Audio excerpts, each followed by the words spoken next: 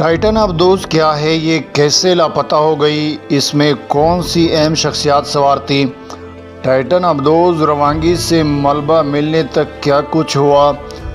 Titan ابدوز کے مہم جویانہ سفر کی ابتدا کیسے ہوئی؟ شہزادہ داؤد کون ہے؟ ٹائٹن کب لاپتہ ہو گئی ہے؟ لاپتہ ہونے والی ٹائٹن ابدوز کی خامی کیا ہے؟ لاپتہ ہونے والی ابدوز میں کون سے دو پاکستانی سوار تھے؟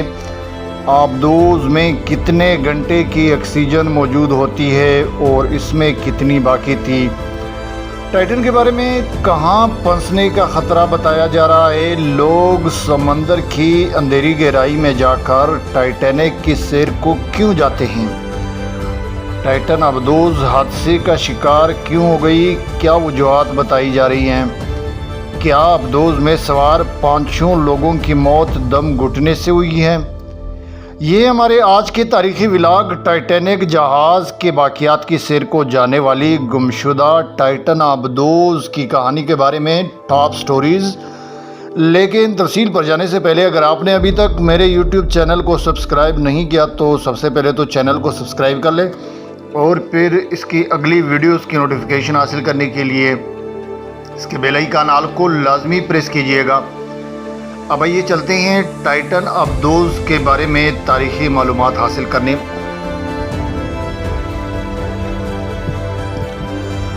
ٹائٹن ابدوز روانگی سے ملبہ ملنے تک کیا کچھ ہوا ہے؟ ٹائٹن نامی ابدوز کے حادثے میں ایک پاکستانی کاروباری خاندان کے باپ اور ان کے نوجوان بیٹے کی بھی موت ہوئی ہے۔ جانیے کہ اس سفر کے آغاز سے لے کر ابدوز کا ملبہ ملنے تک کے واقعات کس طرح پیش ہوئے۔ 1912 میں ایک برفانی تودے سے ٹکرا کر سمندر برد ہو جانے والی شورا آفاق بحری جہاز کا ملبہ دیکھنے کے لیے جانے والی 5 افراد پر مشتمل ٹائٹن ابدوز حادثے کا شکار ہو گئی ہے۔ ان میں ایک پاکستانی کاروباری خاندان کا باپ بیٹا بھی شامل تھے۔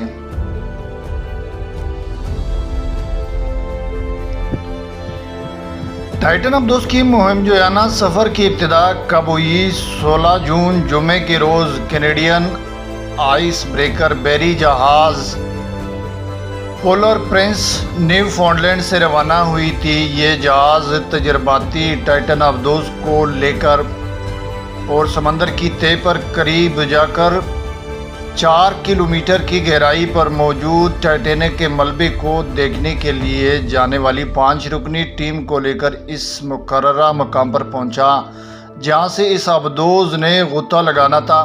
اس سے قبل گزشتہ 4 ہفتوں سے خراب موسم کی وجہ سے دیگر ٹیموں پر مشتمل 3 مشن منسوخ کرا دیے گئے تھے، لیکن اس دن اس مہم جوئی کے لیے اس سفر کا انتظام کرنے والی company OceanGate Expeditions group پر امید تھی کہ آج کا دن اس سفر کے لیے موزوں رہے گا۔ 1912 میں ایک برفانی تودے سے ٹکرا کر سمندر برد ہو جانے والی شورافاق بحری جہاز کا ملبہ سمندر کی تہہ میں قریب 4 کلومیٹر کی گہرائی میں موجود ہے۔ ٹائٹن ابدوز کی سیاحوں کو بچانے کے لیے امیدیں ختم ہوئی ہے۔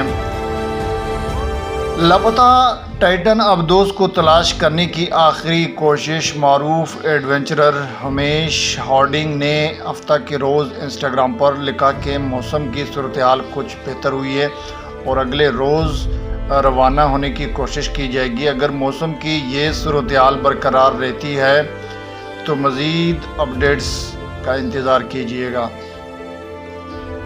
سفر پر روانہ ہونے والی ٹیم کو ٹائٹن کی لانچ اور ریکوری پلیٹ فارم پر ربڑ کی کشتی کے ذریعے لے جایا گیا۔ اندر ابدوز میں داخل ہونے کے بعد اس کے فرش میں تو التی پالتی مار کر بیٹھا جا سکتا ہے یا پھر ٹانگیں سیدھی کر کے بیٹھا جا سکتا ہے۔ امریکی کوسٹ گارڈ کے مطابق ٹائٹن نے اتوار 18 جون کی صبح سمندر میں غوطہ لگایا۔ سمندر کی سطح سے تہہ تک اترنے سے اندازاً 2 گھنٹے لگتے ہیں۔